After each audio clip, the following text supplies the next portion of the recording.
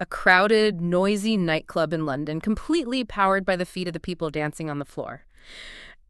And a tiny, strange-looking desert lizard that might actually hold the secret to solving the global water crisis.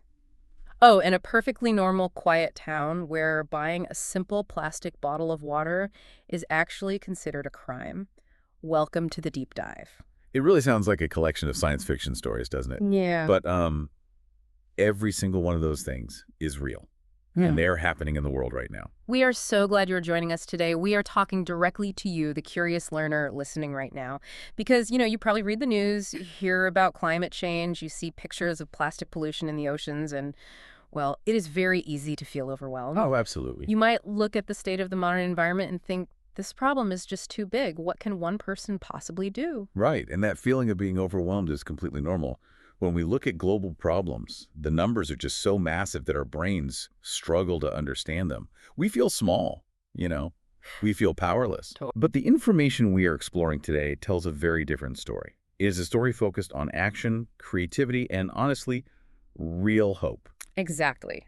So our mission for this deep dive has three very clear parts.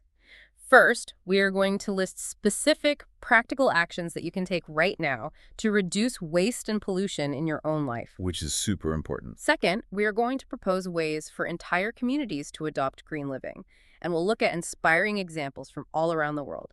And third, we are going to explore the fascinating world of biomimicry. Right, biomimicry. Yeah. Which basically means copying nature's brilliant ideas to solve human problems. Yes, and we are going to explain not just what these solutions are, but exactly how and why they work, using simple, clear language. It is a great mission.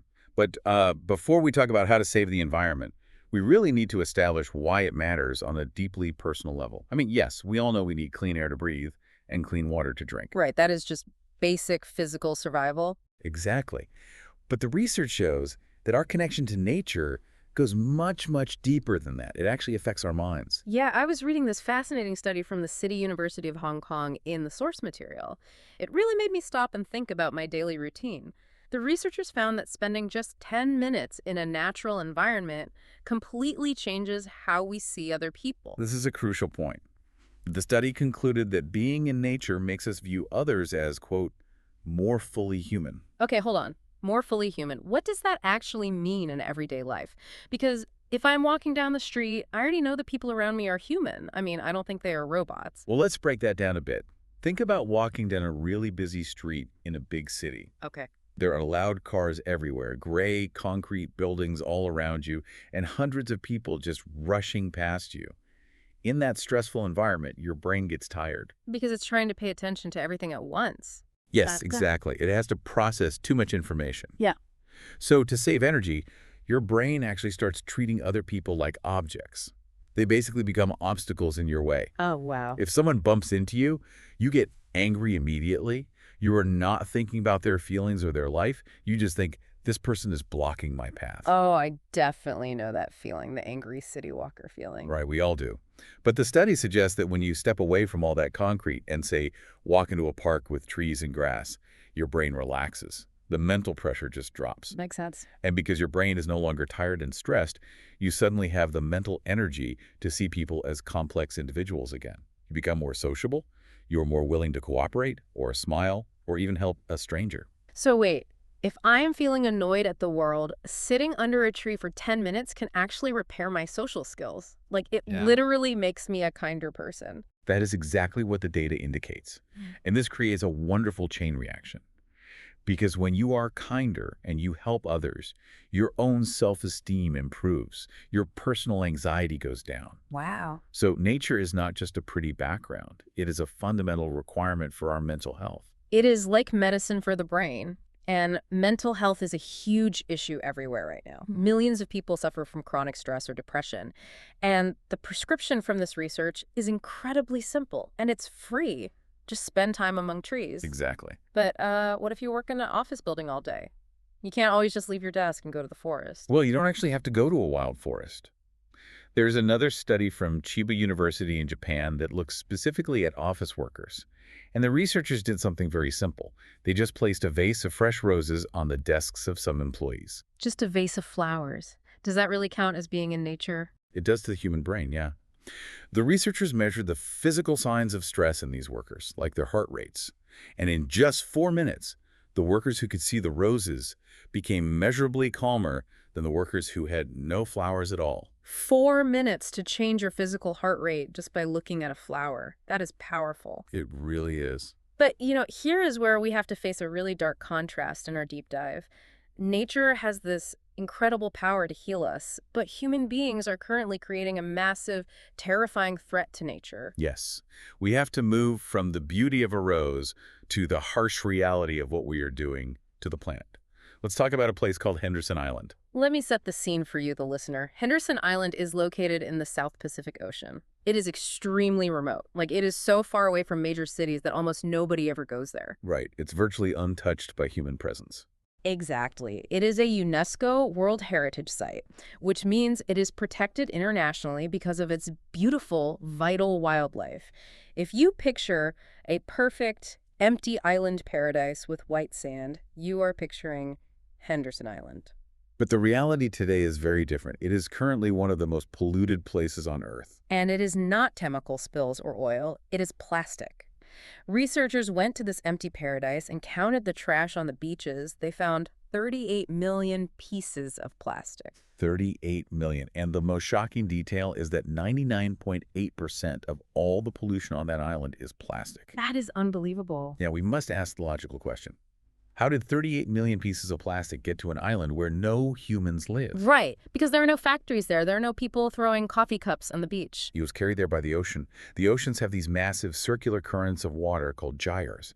These currents act like giant conveyor belts. Oh, I see. So if you drop a plastic toothbrush into the ocean in North America or Asia or Europe, the currents catch it, they carry it for thousands of miles, and eventually the ocean just throws it onto the beach at Henderson Island. Wow. It proves that there is no magical way.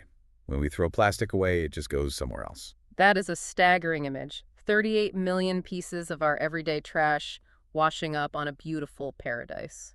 But plastic in the ocean is only one part of the problem. We also need to talk about the air we breathe. Yes, air pollution is a huge issue. There is an amazing art exhibition mentioned in the sources that explains this perfectly. It is by an artist named Michael Pinsky, and it is called Pollution Pods. The thing about air pollution is that it's very difficult for people to understand because it is often invisible.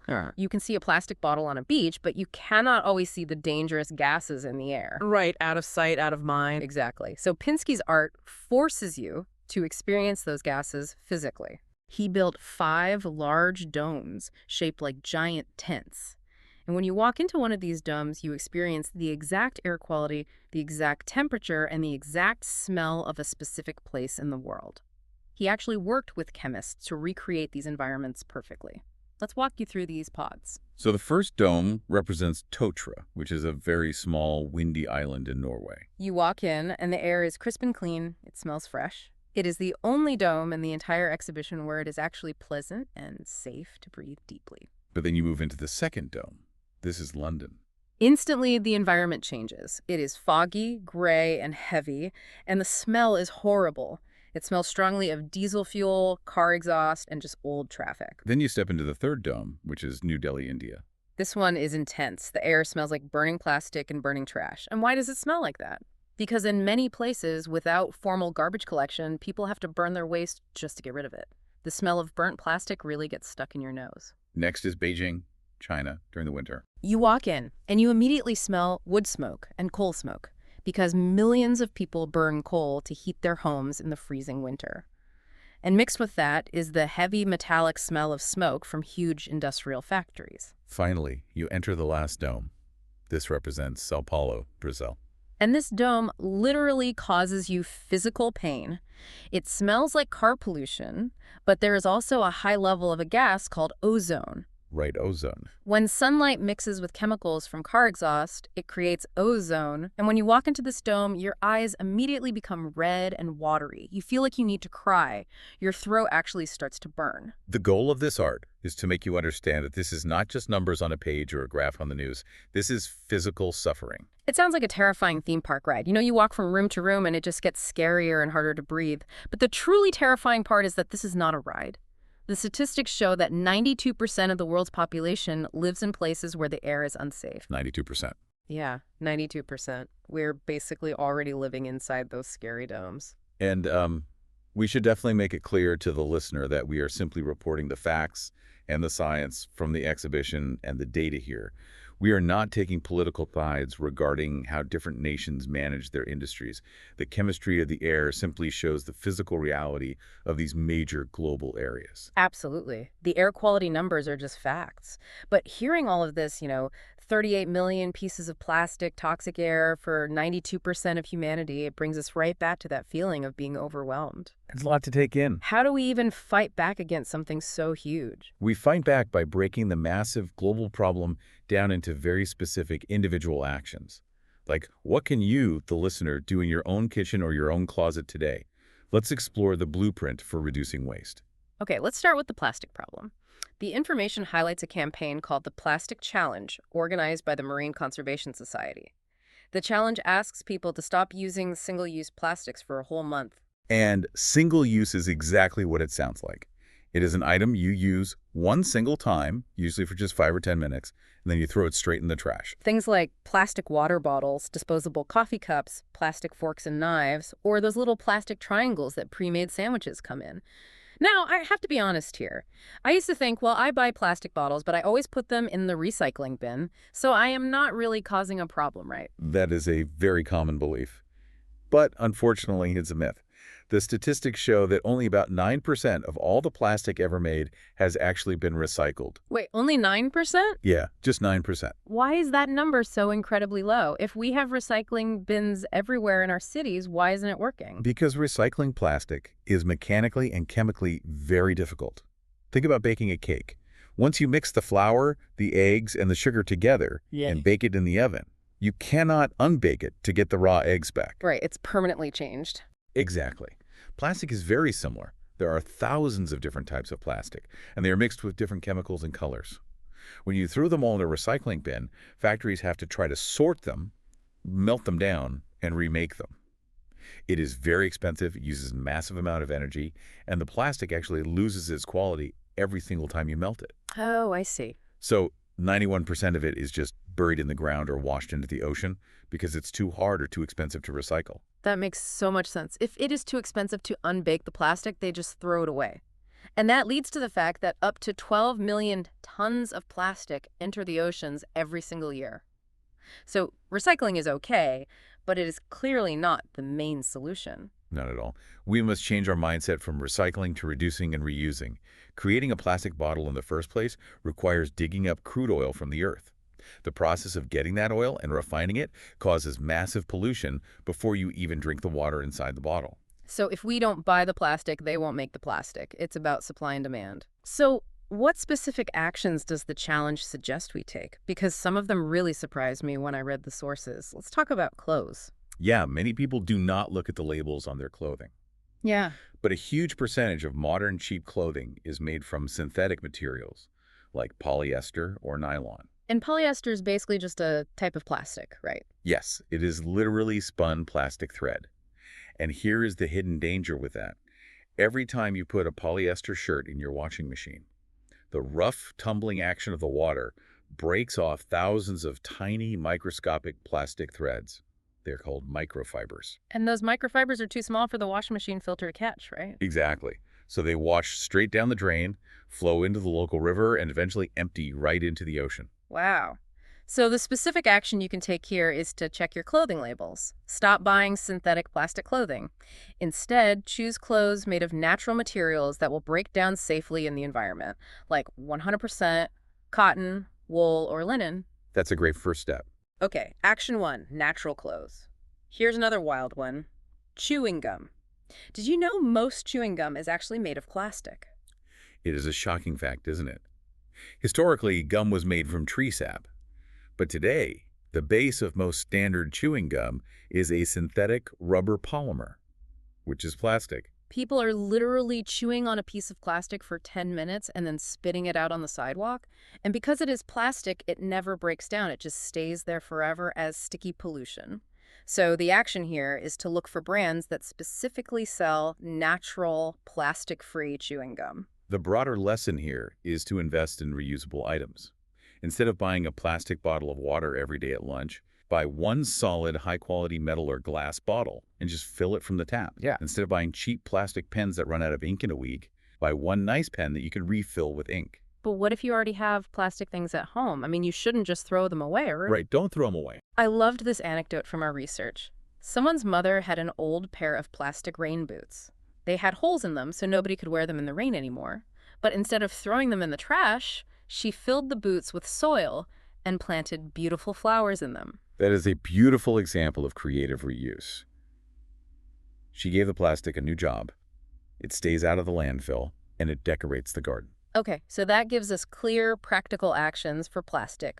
But there is another kind of waste we create every day without even seeing it. Water waste. Yes. We call Earth the blue planet because 70% of its surface is covered in water. But that visual is very tricky How so? because only 3% of all that water is fresh water. Just 3%. Yes. Only 3% is the water we actually rely on for drinking, taking showers, and growing all the food we eat. And the way human beings share that tiny 3% is completely unequal. The United Nations provides some very clear data on this in the source material. In the developing world, the average person uses about 10 liters of water per day. 10 liters. And it is really important to understand how they get it. About 46% of the world's population does not have a tap in their house. They have to walk to a community well or river, fill heavy buckets with those 10 liters, and physically carry it all the way back home. Now, compare that 10 liters to the developed world. The European average is 200 liters of water per person every single day. And in North America, the average jumps up to about 400 liters per person per day. 400 liters compared to just 10 liters. This huge difference highlights a psychological truth about humans, I think. We only value things that are difficult to get. If you have to walk 2 miles in the hot sun carrying heavy buckets of water, you treat every single drop like liquid gold. You use a tiny bit to drink, a tiny bit to cook, and you save every drop of the rest. That's so true. Let me try to put this into a visual analogy for our listener. Think about your kitchen sink at home.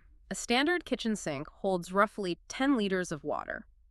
Imagine waking up in the morning and the water in that one sink is the only water you are allowed to use for the next 24 hours. It sounds like an impossible challenge for someone used to 400 liters. Right. You have to dip your cup in that sink when you are thirsty. You have to take water from it to boil your pasta for dinner. You have to try and wash your whole body with it. Once the sink is empty, you get no more water until tomorrow. But because we have pipes bringing limitless hot and cold water directly into our modern homes, we just lose our respect for it. Yeah. We turn on the tap and let the water run down the drain just while we are brushing our teeth. We stand in the shower for 20 minutes just because the hot water feels nice on our shoulders. We waste hundreds of liters simply because it is incredibly convenient to do so. So the action here is awareness. Next time you turn on the tap, picture that single sink full of water. Make a conscious choice. Turn the tap off while brushing your teeth. Take a 5-minute shower instead of a 20-minute shower. Fix that dripping pipe in the bathroom. Individual actions like that really build the foundation. Changing what you wear, what you chew, and how you shower is important. But if we want to change the world on a massive scale, one person is just not enough. We need entire groups of people working together. Which brings us to the next part of our mission, community green living. But, I want to push back on this idea for a second. Sure, go ahead. Saving one sink full of water at home feels good, but it kind of feels like a tiny drop in the ocean when giant corporations are polluting millions of gallons of water every day. How do normal citizens fight back against that kind of corporate scale? That is the big question. And the answer is that communities actually have the power to change the rules of the game. Let's look at a town called Bundanoon in Australia. I love this story. It starts in the most boring, normal way possible. A woman named Pauline Tiller was in her kitchen one morning. She spilled some water on the floor, so she grabbed an old, crumpled newspaper to mop it up. And while she's down on the floor wiping up the water, her eye catches a letter printed in that exact newspaper. She actually stops cleaning to read it. The letter was written by a local businessman named Hugh Kingston. And Kingston was furious. A large beverage company wanted to come to their town, pump water out of the town's underground water reserve, put it into plastic bottles, and then sell it back to the people. So Kingston's letter asked a very simple, radical question. Why should the town allow a company to do this? Why don't we just ban bottled water completely? Pauline read this and thought, wait, he is absolutely right. The town of Bundanoon already had perfectly clean, safe drinking water coming directly from their taps. Why were they paying a company to wrap their own water in plastic? So Pauline and some other residents organized a group. They started doing research to present to the whole town. And the research uncovered a vital piece of information regarding the carbon footprint of bottled water. Let's explain carbon footprint quickly for everyone listening. Yeah. It basically means the total amount of pollution and greenhouse gases created to make a product. Right. And the residents found out that the carbon footprint of a plastic bottle of water is 300 times greater than a simple glass of tap water. 300 times? How is that even possible? I mean, it's just water. Well, think about the mechanics of the whole process. Mhm. To make a plastic bottle, a company has to drill for oil.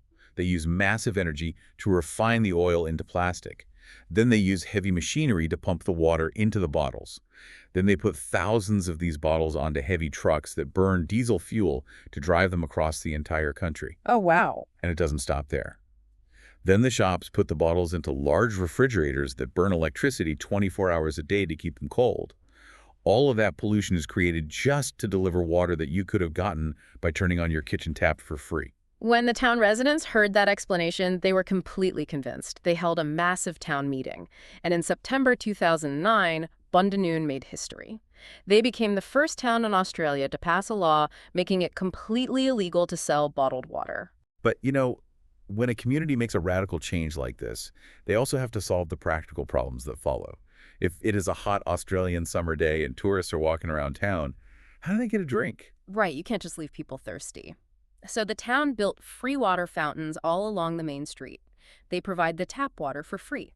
And if a tourist doesn't have a cup, the local shops sell reusable Bundanoon metal bottles. You buy the bottle once and you fill it up for free forever. This is a perfect example of a community domino effect. One person spills some water, reads a newspaper, and suddenly the laws and the culture of an entire town are changed forever. Small actions trigger massive shifts, but Bundanoon is a very small town. What happens when you try to make a radical green change in a massive, crowded city? Let's go to Seoul, the capital city of South Korea. Seoul is a huge modern metropolis, and the center of the city used to be dominated by a massive, multi-lane concrete highway. It was noisy, ugly, and just filled with the exhaust fumes of thousands of cars. But a man named Dr. Ki Hwang knew a secret about that specific spot. He knew that decades ago, before the concrete highway was built, a river used to flow right through the center of the city. So Dr. Hwang proposed a plan that sounded insane to most people. He said, let's bring heavy machines, tear down the entire highway, dig up the concrete, and uncover the river. If I lived in Seoul, I would have thought he was crazy too. Think about it. If you have thousands of cars driving on a highway every day and you suddenly destroy the highway, where do the cars go? The logical assumption is that the cars will spill into the small side streets, causing terrible traffic jams everywhere. That is the fear, yes. But urban planners know about a fascinating concept called traffic evaporation. Traffic evaporation? That sounds like magic. It does, but it is actually just human psychology. When you build huge highways, you make driving very easy so more people choose to drive. This is called induced demand. But when you remove a highway, driving becomes difficult. So people change their behavior. Oh, so they realize driving is too slow, so they take the subway instead. Exactly. They take the train, they share a car with a friend, or they work from home. The traffic literally evaporates because people adapt to the new environment. And Dr. Hwang proved it. They tore down the highway and created the Seoul River Park. It is a beautiful green space with running water that stretches for 5.8 kilometers right through the middle of the towering skyscrapers. And the result. Not only did the terrible traffic chaos fail to happen, but the residents of Seoul gained a massive psychological benefit. They finally had a quiet place to walk and listen to water, away from the stress of the city. It connects perfectly back to that Hong Kong study we talked about earlier. They gave millions of people a place to spend 10 minutes in nature, making the whole city calmer and kinder. Speaking of designing cities for health, we definitely must look at Copenhagen in Denmark. It is consistently ranked as one of the healthiest and happiest cities in the world. And it isn't an accident. In 1987, Copenhagen joined a special program by the World Health Organization. They legally committed to putting human health at the center of every single city planning decision. They changed the physical infrastructure of the city. Most famously, they built massive, safe, continuous cycle lanes everywhere. They designed the street so that riding a bicycle is actually faster and safer than driving a car. And because it is easier, almost everyone cycles. This gives the population daily exercise and drastically reduces air pollution. They also changed their building laws in a really clever way. If a construction company builds a new building in Copenhagen and it has a flat roof, the law says they cannot just leave it as black asphalt. They are strictly required to cover the roof with soil and plant life. This is called a green roof, Mm. and the mechanism behind it is absolutely brilliant. A normal black roof absorbs the heat of the sun and makes the city hotter, but a roof covered in plants actually sweats. Sweats, like a person at the gym. Yes, the scientific term is transpiration. Plants release water vapor into the air, which naturally cools the building down, so the city uses less electricity for air conditioning. Plus, when it rains heavily, the soil on the roofs acts like a sponge, soaking up the water so the city streets don't flood. That is incredibly smart engineering using nature. And Copenhagen even tackles mental health in a unique way. If you go to a doctor in Copenhagen because you are suffering from mild stress or anxiety, the doctor doesn't just automatically write a prescription for sleeping pills. The doctor can actually prescribe an exercise class or a nature walk. They treat social isolation and stress by giving patients cheap or free access to community activities. It is treating the root cause of the problem, not just masking the symptoms. Okay, so Bundanoon, Seoul, Copenhagen, those are great examples of governments and laws making big changes from the top down. But what if your government isn't helping? What if you are just a group of normal citizens who want to fix things from the bottom up? That is called grassroots action. The ideas start at the roots, with the ordinary people, and we have a wonderful example of this from Guatemala. There is an amazing project there called Hug It Forward. It was started because local communities had two major problems. First, they desperately needed new schools for their children. Second, their streets were completely covered in plastic garbage. So they combined the two problems and invented a really unique solution. The community organized 1,800 kids to go out into the streets and collect 10,000 empty plastic bottles. But remember, they couldn't just recycle them easily, like we discussed earlier, so they used the bottles as actual construction materials. The kids took all the other trash from the streets, like food wrappers, plastic bags, small pieces of junk, and they stuffed it inside the plastic bottles. They use a stick to push the trash down very tightly. You have to pack it so tightly that the plastic bottle becomes completely solid and hard, almost like a rock. They turn the trash into what we call eco-bricks. They basically trapped the pollution inside the bottle. Then they stacked these 10,000 hard eco-bricks on top of each other, covered them with cement, and built the walls of a brand new school. It is an amazing double victory. The environment gets cleaned up, and the kids get a safe building to learn in. It is pure resourcefulness. Now, let's travel from a school in Guatemala to a nightclub in London. We are back to the story from our opening, the Surya Eco Nightclub. This is one of the coolest concepts I have ever heard of. Nightclubs are usually environmental nightmares. They use massive amounts of electricity for giant speakers, laser lights, and heavy air conditioning to cool down the sweaty crowds. The owner of the Surya Club wanted to change that completely. He decided to use the people to power the club. He installed a specially designed dance floor. When the crowd jumps up and down to the music, the floor captures the energy of their movement and turns it into electricity. Let's explain how this works simply. The floor uses something called piezoelectricity. Piezo needs to squeeze or press. Squeezing electricity, how does that work? Well, imagine there are special crystals hidden underneath the floorboards. When a person steps heavily on the floor, their weight squeezes the crystals. The physical pressure of squeezing the crystal forces a tiny spark of electrical charge to shoot out. If you have hundreds of people jumping at the same time, all those tiny sparks add up to a lot of electricity. So, simply by dancing, the crowd generates 60% of the energy the club needs for the lights and the music. If they stop dancing, the music actually stops. And the club encourages green choices before you even get inside. If you show the bouncer that you rode a bicycle to the club or walked instead of taking a taxi, they let you in for free. They reward you financially for not creating pollution. It is a brilliant way to make environmentalism fun. Our final community example is also fun, but it is, well, a little bit rebellious. Have you heard of seed bombing? Yes, and I love the concept. Seed bombing is a form of guerrilla gardening. It is very simple to do. You take a handful of clay or earth, you mix it with some compost for food, and you add a handful of flower seeds. Then you roll it all together in your hands until it forms a little hard ball. That is your seed bomb. The clay protects the seeds from birds trying to eat them, and the compost gives the seeds the nutrients they need to start growing. So, you take a bag of these seed bombs and you walk around your city. When you see an ugly, abandoned dirt lot behind a wire fence or a sad, empty space next to a factory, you don't need to ask permission to plant a garden. You just take a seed bomb and throw it over the fence into the dirt. You let nature do the rest. When the rain falls, the clay melts away and the seeds start to grow. A few weeks later, an ugly concrete space is suddenly full of bright flowers. But things don't always go perfectly. The research told a very funny story about a school's eco club. The students wanted to do a big seed bombing project. They spent days rolling 100 seed bombs.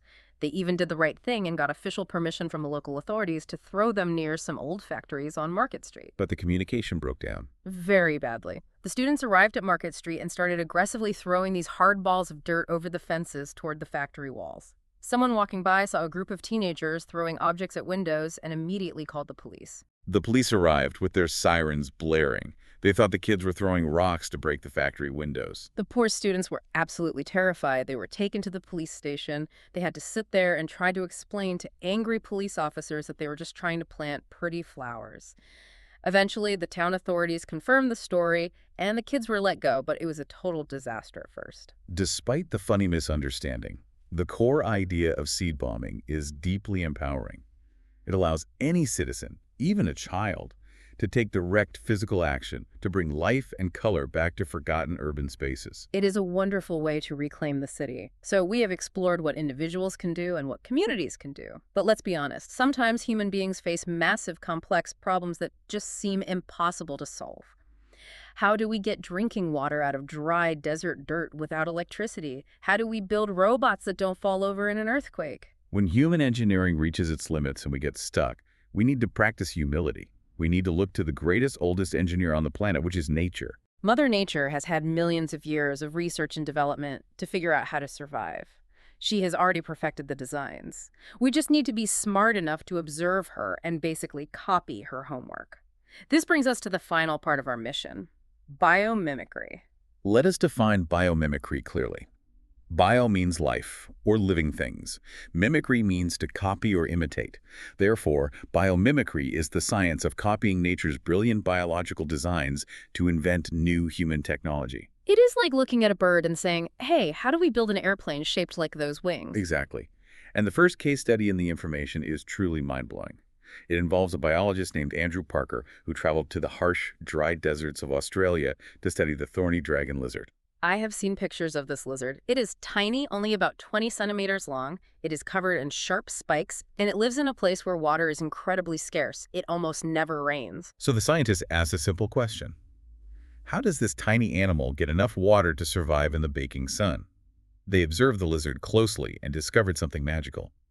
If this lizard simply steps its foot into a tiny puddle of moisture, maybe just some wet sand, an amazing mechanism begins. The skin of the lizard's leg actually grabs the water, and it doesn't just absorb it like a sponge. It pulls the water up its leg, completely defying gravity, moving it across the lizard's entire body, all the way up to the lizard's mouth so it can drink. But wait, how does it pull water upwards without an electrical pump?